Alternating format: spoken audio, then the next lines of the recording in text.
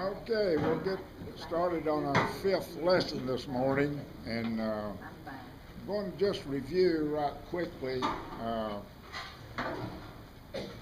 We're on the historical background of Revelation. I'd like to finish this morning, but I kind of doubt that we'll get through it. If I don't, we'll probably finish it in about a month or so after I recover from this surgery. But I hope to get through it now.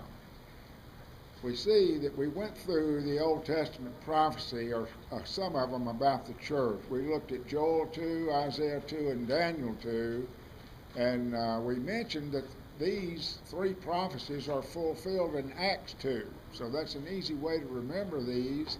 If you would like to commit them to memory, Joel 2, Isaiah 2, and Daniel 2 fulfilled in Acts 2. And of course, we went into some detail in Daniel 2, where Daniel told Nebuchadnezzar his dream and then interpreted it for him. And we saw in the interpretation the image that Nebuchadnezzar saw had four parts: a head of gold, chest and arms of silver, belly and thighs of brass, and legs and feet of iron and clay. And we went into the interpretation of those, that Daniel told him that these represented four kingdoms, and he told Nebuchadnezzar that you're the head of gold. So we know that the Babylonian kingdom was the first one of the four. And we can study secular history and see what followed Babylon was the Medes and the Persians, and then the Macedonians, and then the Romans. And then in verse 44 of Daniel 2, Daniel told Nebuchadnezzar that the God of heaven has shown you what's going to take place in the future, and that in the days of those kings, talking about the kings of the Roman Empire, in the days of those kings, with the God of heaven set up a kingdom which will never be destroyed. And of course, Acts 2 tells us the fulfillment of that when the church was established. So we see that these Old Testament prophecies have their fulfillment in what happened in Acts 2. And that's a good study on how the church began, and the preparation for its beginning and those prophecies, and then to see exactly that it did begin. Okay, we went through in the days of those kings, and we looked at the first one, Julius Caesar, and we talked about him and saw that he was assassinated in 44 BC and by 66 senators. Now, at this time, there were about 600 senators. So 66 would be just a little over a tenth of them. And they got together in a group led by Brutus and assassinated Julius Caesar. Well, in reading Julius Caesar's will, it was seen that he had appointed his adopted son, Octavian, to be his heir. Now, all through the Roman Empire, since these were dictators, the greatest fallacy, or the weakest point in the dictatorship, is succession.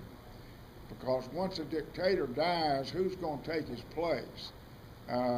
Now, he may designate somebody to take his place, but there's always a power struggle, and usually civil wars take place to find out who the next leader is going to be. And so Octavian then was selected to succeed Julius Caesar, and he assumed the name of Augustus after he was firmly established, and this is the name that we mainly know him by, Augustus Caesar. And he revamped the calendar and had the month of August named after him. And Augustus means superhuman increase, or the augmented one. And then afterwards he assumed the title of Princeps, which means the first, the chief, the most eminent leader.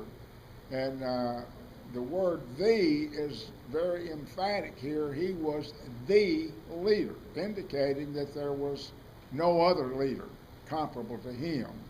And he assumed these titles, and for the most part was supported in his assumptions because of some of the populist things he did in establishing the empire. But before he was able to do this, there was a power struggle.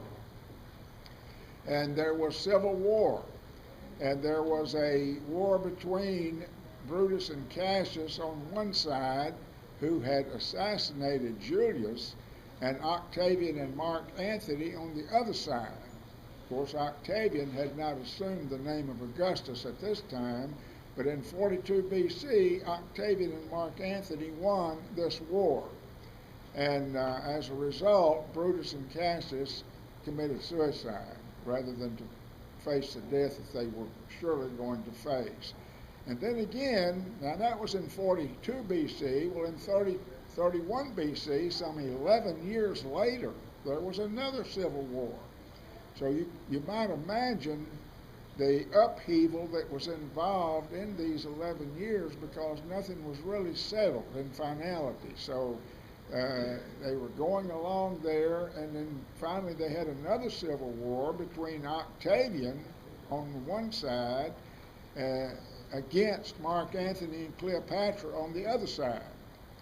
But in 31 BC, at the Battle of Actium, Octavian won again, and of course Mark Antony and Cleopatra fled to Egypt, where they both committed suicide. And this left Augustus as sole ruler. And at this time, he set about to build the empire after winning these wars. And he was a very good organizer and a very able leader. And really, he's counted as really the first emperor. And he set the foundation for the Roman Empire, and many of the things that he implemented continued on to be used and improved upon for hundreds of years. The main thing was that since these civil wars were over, that he instigated a forced peace. And this was the Pax Romana. For over 200 years, they didn't have any very large wars, but it was a forced peace. And what I mean by that is that the empire was so large that many of the people who had been conquered and subjugated rebelled. But Rome had the legions to suppress these rebellions, so it was a forced peace. And so we might imagine living under conditions like that, where, yes, there was peace, but not really peace. It was forced, because when anybody rebelled, the Romans were there to suppress them. And they really suppressed them severely, so that it would cause people to think twice before they would rebel. Well, this was very tricky business of being an emperor, because it was filled with all kinds of backstabbing, conniving, betrayal. You might just imagine the power struggles that were going on within the government itself. Now, even though Augustus was emperor, he was very smart in that he instituted kind of a republican type of government led by him who had supreme power. But he allowed senators to be elected. In fact, he enlarged the Senate. He did a lot of things that were very popular with the people. And as a result of this, he was accepted and looked up to. In fact, many people in the empire were very proud of him, because they felt that they had an able man as a leader, and since he was so qualified in giving this peace, the lives of the citizens settled down to a point that they enjoyed this peace. And so he took every advantage of every little thing that he could do to increase his power. And some of those things was the way religion was used in Rome. I'd just like to go over a few of these things here, because he used religion as a tool.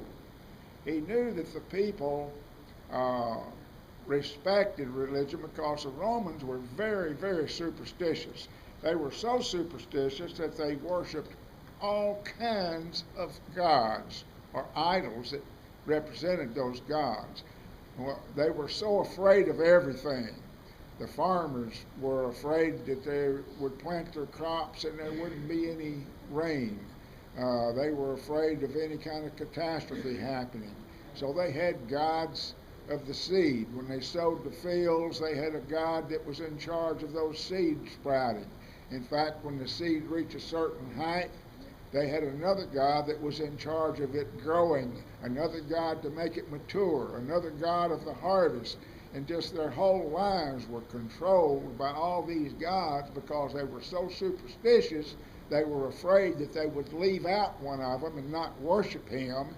And if they did, he would become angry with them and send retribution so that whatever he was in control of didn't work and their lives were miserable.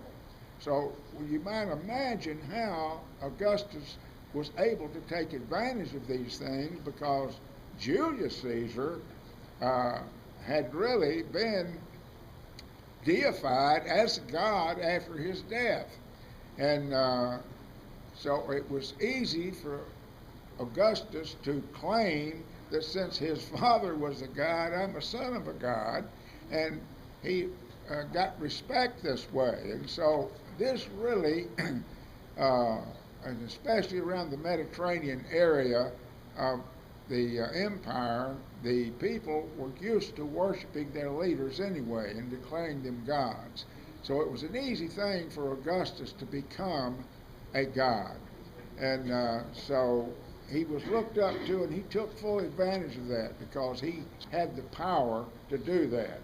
And one time when Halley's Comet came over, he claimed that this was Julius's spirit ascending into heaven, becoming a god. And so he had a heavenly spectacular thing to back him up on that. And they believed him. I mean, they were so suspicious that they accepted things like this. But at the same time, he restored traditional values to the empire because he promoted worship. Even though it was worship of the Roman pantheon, all of their gods, he was one of them. And he promoted this throughout the empire, and it really took hold outside of Italy itself, especially in what we call Asia Minor or Turkey now, because those kingdoms had been in such turmoil with civil war and taken advantage of, that when Rome ruled them and started treating them so good, they looked up to and respected Rome, and so they worshipped Augustus as a god, and readily so. So he assumed the title of Pontifex Maximus, which was the chief religious title of the Roman Empire. And the Roman worship itself was divided into two parts. It had a private part where they had household gods. Now, one citizen's household gods may be completely different than another citizen's household gods, but they all worshipped and revered their household gods.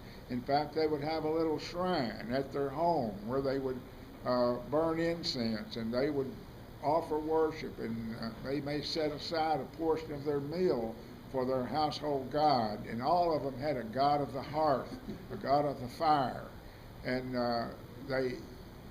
these were just accepted as being empire-wide, that everybody had their household gods. So this was their private worship. But then they had a public worship, a worship of the state. And the state had its own gods. And of course, the state's gods were chosen, and the citizens of the empire were expected to accept these gods, and they were expected to worship them to some degree. That is, at least attend the idol celebrations, eat of the meat, drink of the drink, and offer a certain libation and bow before the idol. Well, you can see Christians couldn't do this. And since Christians could not partake in these worships of the gods of the state, the Christians were accused of being bad citizens because they offended the state gods, and when an earthquake would happen or a hailstorm or a tornado or something like that, guess who got blamed? The Christians were blamed because they made the gods angry, and the gods sent these punishments as retribution, and therefore the general population began to hate the Christians. And so it was an easy thing then for any emperor who wanted to, or any high-ranking official, to instigate persecution against the Christians. This is what the book of Revelation is all about.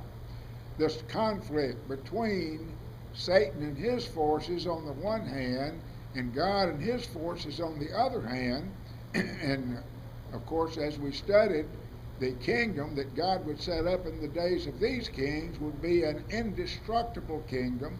It would put an end to all of these universal world kingdoms, and the kingdom that God established would be in existence forever. And that's what we're studying about. That's why this background is so important, because if we don't understand the condition that exists at that time, Revelation is not going to make any sense to us. But when we see this conflict and how God is revealing to the Christians, yes, you're going to be persecuted. But this is why you're going to be persecuted. Because these people who do not believe in me are blaming you for believing in me and doing the things that I command you to do, and therefore they're persecuting you, so you've got this conflict. But I'm going to tell you this information so that you'll have the moral courage and the strength to bear this persecution and go through it. And the same thing happens with us today, except the persecution that Satan offers us today is different from the persecution that those Christians had, because God does not allow Satan to have the power now that he had then. And this is what Revelation's all about. And we're going to be studying how God took this power away from Satan and did not allow him to have it, but that doesn't mean that Satan is powerless. He has other powers at his disposal, and Revelation reveals this, and Satan is using his other powers to instigate persecution against Christians, and this persecution is going to grow and grow and grow until the point that God is going to have to come and intervene miraculously, put an end to it, and cast Satan and his entourage into hellfire, and the Christians are going to be left. This is what Revelation's message is victory. The theme is conflict, the message is victory, and we can see how all this political stuff ties into it, but it started at a very early time, even before the church was established, because you can see Octavian here was from 31 BC to 14 AD. So, any comment on this particular slide? Any question? All right. Tiberius was the next, he was the adopted son of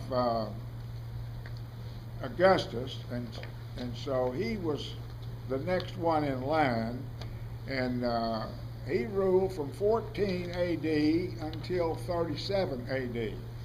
So this is a good portion of the New Testament period. Actually, 37 AD, the Apostle Paul had just been converted, probably, and so none of the missionary journeys had taken place yet, but this kind of puts in perspective the background as to what was going on in the church. But Tiberius began to rule, and he was a very able ruler. Now, he was very withdrawn, and he didn't like the public much, but he shunned the divine honors because of his personality, but he did allow it. He when he became emperor, really it was a long, difficult journey because he was the fourth in line to be emperor. Actually, a man who had married Augustus's daughter was selected to be emperor. He was Agrippa. They had two children, Gaius and Lucius, and when Agrippa lost his chance, then Gaius was next, and he was killed, and Lucius was next, and he was killed. So Tiberius was fourth in line, but he became emperor, so you might imagine what a difficult task it was to become an emperor over the empire, because these men had such great power and wealth that many people aspired to this office, and so there was all kinds of conniving going on. And it wasn't, in many cases, a very good life, because Tiberius was forced to divorce the woman he really loved, the wife that he had. He was forced to divorce her and marry Livia, who was Octavian's daughter. Now you can imagine how that went over. But this was in 12 BC. Well, in 2 BC they got a divorce because it was proven that Livia was unfaithful. In fact, she was so promiscuous in her activities that she was banned and put exiled. And so with the death of Agrippa, Gaius, and Lucius, Tiberius became emperor in 4 AD. And he became emperor in 14 AD, but between 4 AD and 14, he led armies in Germany and as their general up there, and expanded the empire, and also was putting down rebellions. He continued this until he became emperor, but once he became emperor, he didn't like to stay in Rome because of all of the backstabbing going on. So he went to the Isle of Capri, had him a villa built there, and that's where he stayed, more or less in isolation, and he ruled the empire from Capri through edicts that he would send to various ones to do his bidding. And but he did prove to be an able ruler. And then after him, Caligula, who was murdered by 2 guards at age 29. So you can see again the conniving that was going on. But he lived, before he became emperor, he lived on the Isle of Capri with Tiberius, who was his uncle, and he lived there about 4 years.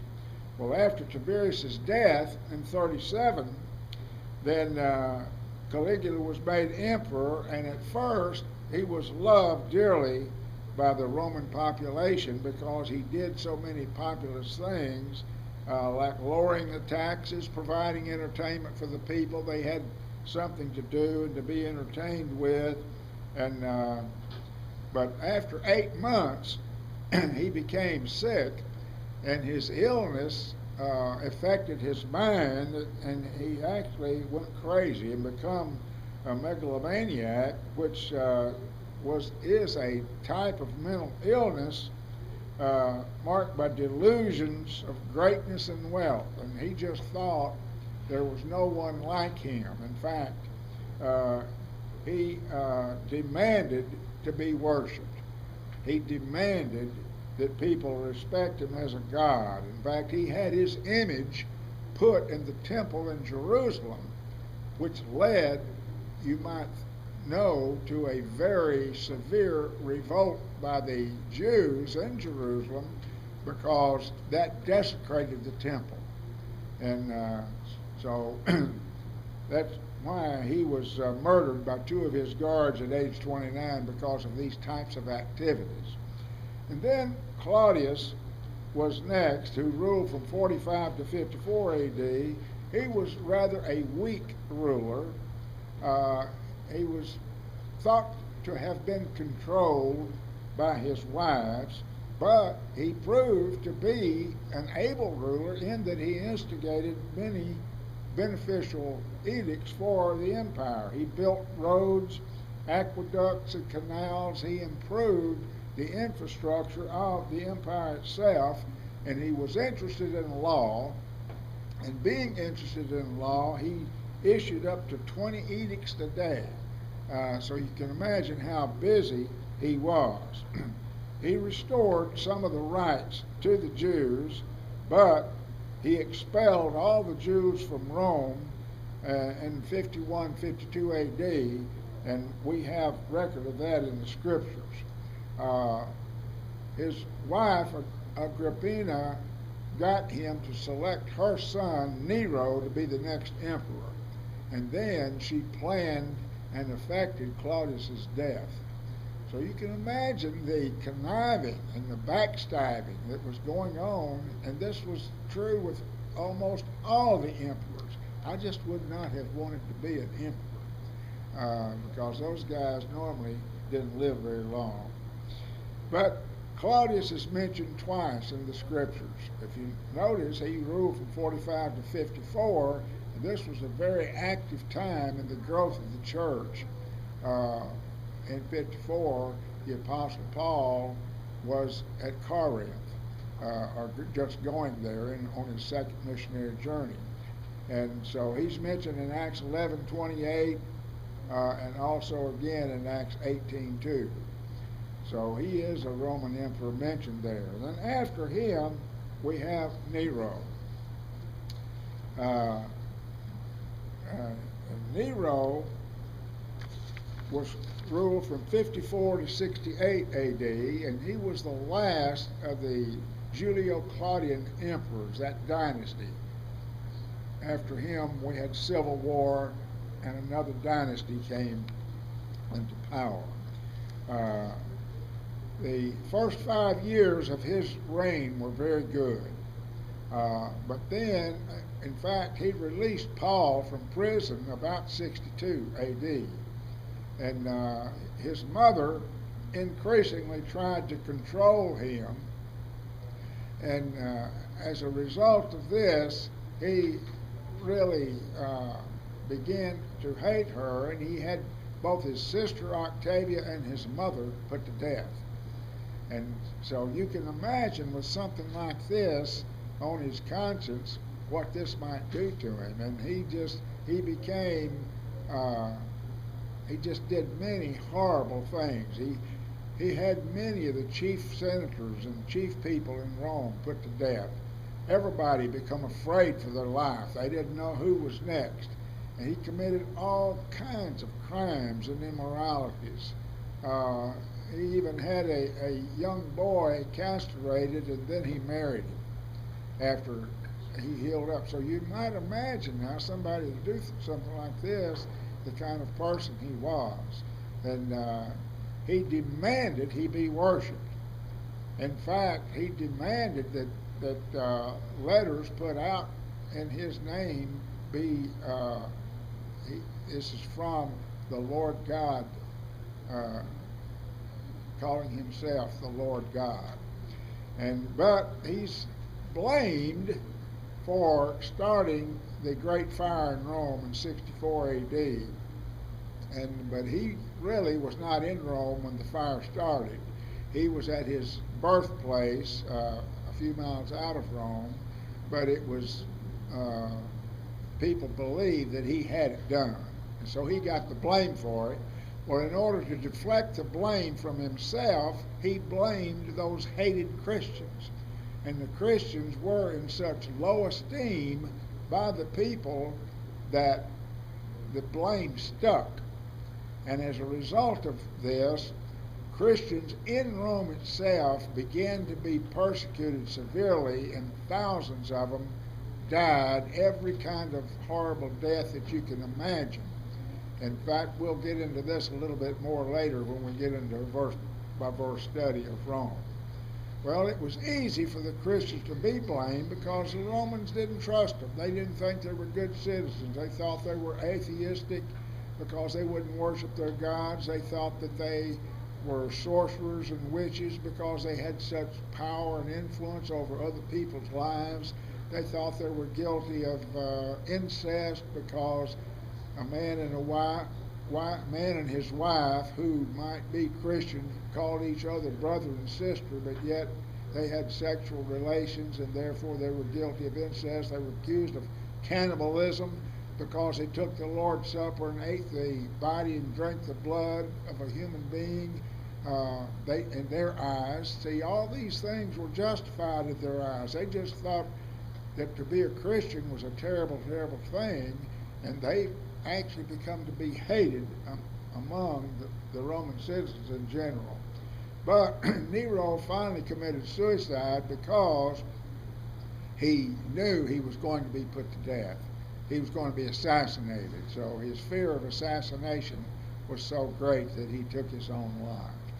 Of course, he got some help in that. Well, after his death, we had the civil wars to break out because, like we said, it's difficult to have a new leader to succeed another in a monarchy like this, in a dictatorship. And so these civil wars broke out 68 and 69, and there were three men that did actually rule as emperors for a few months: Otho, Galba, and Vitellius.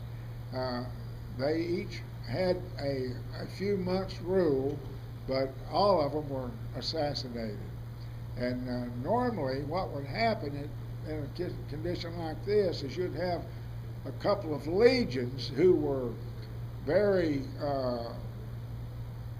who were like their general, and they would rebel and put their general in power. And of course, you know, the army has the power, and this is what would happen, and they would put these people as power. But if they didn't do well, you'd have other legions do the same thing with their general. And so this is what happened. And Vespasian in 69 was in the process of attacking Jerusalem. Jerusalem had been under siege, and if you remember, Matthew 24 talks about the destruction of Jerusalem. We studied that, and we'll study it in more detail a little bit later on. But Vespasian had been sieging Jerusalem with his legions, and when he heard that Nero had committed suicide and these civil wars were going on, well, he left Jerusalem, broke the siege, went back to Rome, and became emperor. Well, when he broke the siege, then the Roman soldiers were no longer surrounding Jerusalem, and Jesus had told the disciples, when you see this happening, flee, get out. Don't even go back into your house and get something. Get out. And so I'm convinced that the Christians in Jerusalem got out when this siege was broken. But just as soon as Vespasian was crowned emperor, his son Titus actually renewed the siege and destroyed Jerusalem in 70 AD. And he took all the gold and the precious things out of the temple, took them to Rome, and with that, the Colosseum was built. There was a great victory procession. He took many thousands of Jews as prisoners, and of course thousands of them were put to death. But Titus had a short rule because he's thought to have been poisoned by his brother Domitian.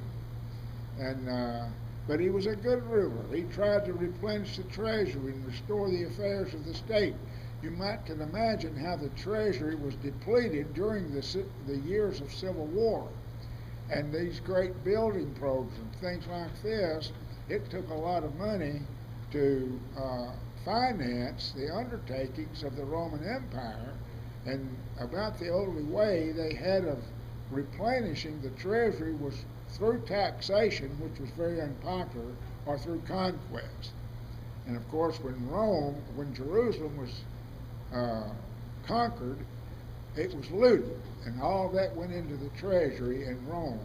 And so conquest was a great source of money for the treasury. So it was during Titus's reign that the amphitheater, later called the Colosseum, was completed uh, in 80 A.D. And this brings us to Domitian, who was his brother, who ruled from 81 to 96, and he's the last of this dynasty of the Flavians. And I think it's during Domitian's reign that Revelation was written. And so we need to understand this as background to our study. He was a good ruler for the first few years, but the lack of funds in the treasury and his fear of being assassinated actually drove him crazy. And I can understand how that would just put the mortal fear in you because all these emperors were being assassinated. He demanded the title of Lord God, and he demanded to be worshipped. The worship in Asia Minor was rendered readily because they were used to worshiping the leaders, but it didn't go over so well in Italy itself and in other parts of the empire, but it didn't stop Domitian because he demanded that he be worshipped as a god. And he persecuted and banned and exiled Christians throughout the empire because Christians just could not worship him. They could not bow before his image. They could not offer a sacrifice to his image. They could not drink a drink offering. And the Christians were so different than the normal Roman citizen that they were looked upon with great suspicion and even hatred, and it was very easy to get the population to persecute the Christians and to turn them in. The Christians would have to meet in secret, but yet you can imagine trying to meet in secret when even your own child may be against you or your neighbor. You didn't know who to trust. And here Christianity is an evangelical type of teaching, and you're supposed to love your enemies, pray for them that persecute you, and take the gospel of Jesus Christ to save these people's souls. You can imagine how dangerous that would be under those conditions. Well, this is what happened, and this is what our study is going to be about in the book of Revelation. We're going to be studying what God is doing to make it possible for his people to have the courage to do this and to go on and to be good Christians, good children of God. Many chief people under Domitian were killed and put to death on just the slightest pretense. And many of the senators were killed, and he was so evil that by the time he was 44 years old in 96 A.D., he was put to death. And so you can imagine how the atmosphere was at this day and time. Now, he was killed in 96. I think Revelation was written in 95.